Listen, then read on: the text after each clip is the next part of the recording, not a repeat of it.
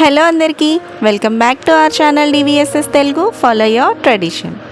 Today's recipe చిక్కుడు గింజలతో కూర చేసుకుంటే అమృతంలా ఉంటుంది, చాలా టేస్టీగా ఉంటుంది. ఎప్పుడు చిక్కుడుకాయలే కాకుండా ఇలా చిక్కుడు గింజలతో చేసుకుంటే ఇంకా బాగుంటుంది. ఈ కర్రీని చపాతీస్లోకి, రోటీస్, పుల్కాస్ అలానే రైస్లోకి తింటే చాలా బాగుంటుంది. క్విక్గా చేసేసుకోవచ్చు. ప్రాసెస్లోకి వెళ్ళిపోదాం. ఇక్కడ నేను 250 గ్రామ్స్ చిక్కుడు గింజల్ని తీసుకున్నా, అంటే పావు కేజీ. చక్కగా వాష్ చేసేసుకొని ఇలా తీసుకున్నాను.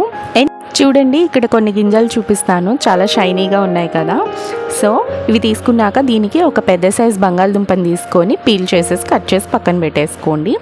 స్టవ్ మీద ఒక పాన్ పెట్టుకొని అందులో 3 టేబుల్ స్పూన్స్ ఆయిల్ని వేసుకోండి.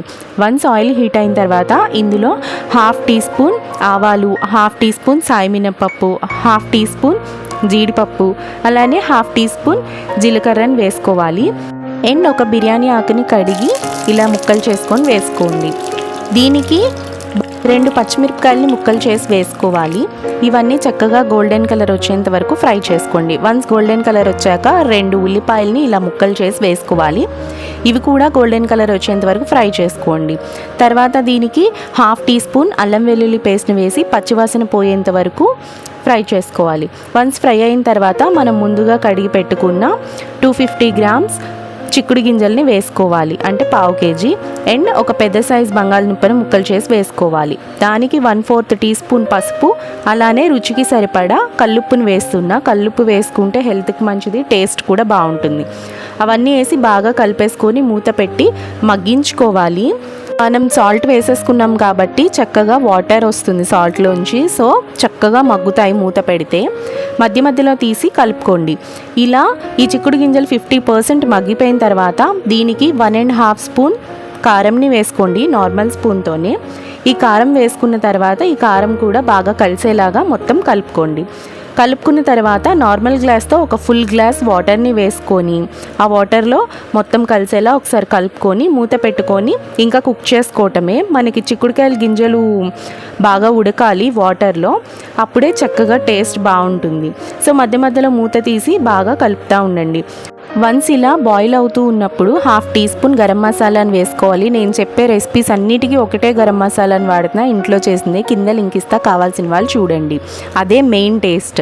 సో ఇక్కడ ఈ లిక్విడ్ అంతా చక్కగా గ్రేవీ లాగా దగ్గరికి వచ్చేసేయాలి. మూత పెట్టి చేసుకోండి. అండ్ ఇలాగా కూర దగ్గర పడిన తర్వాత ఫైనల్గా కొంచెం కొత్తిమీరని వేసి బాగా కలుపుకొని స్టవ్ ఆఫ్ చేసేసుకోవడమే. చూడండి కర్రీ ఇక్కడ ఎంత బాగుందో. చిక్కుడుకాయలు బాగా ఉడికి చాలా బాగా వచ్చింది. సో ఇంకా మనం సర్వ్ చేసేసుకోవడమే. ఇక్కడ నేను నేతి చపాతీలు పెడుతున్నా, గీ చపాతీ.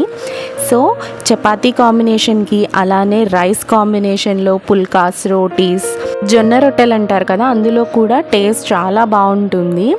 ఒకసారి ఇలా చిక్కుడు గింజలతో చేసుకోలేని వాళ్ళు ఎవరైనా ఉంటే ఇంట్రెస్ట్ ఉన్న వాళ్ళు చూస్ చేసుకోండి. సింపుల్గా ఉంటుంది, క్విక్గా చేసేసుకోవచ్చు. చపాతీలోకి అయితే ఆనియన్స్ అండ్ లెమన్ టేస్ట్ అసలు మనకి నార్మల్గా ఉండదు, అంత బాగుంటుంది. సో నచ్చిన వాళ్ళు ఎవరైనా ఉండి ఇప్పటి వరకు ట్రై చేయలేదు అన్న వాళ్ళు ఈ రెసిపీని ట్రై చేసి చూడండి, మళ్ళీ మళ్ళీ చేసుకొని తింటారు.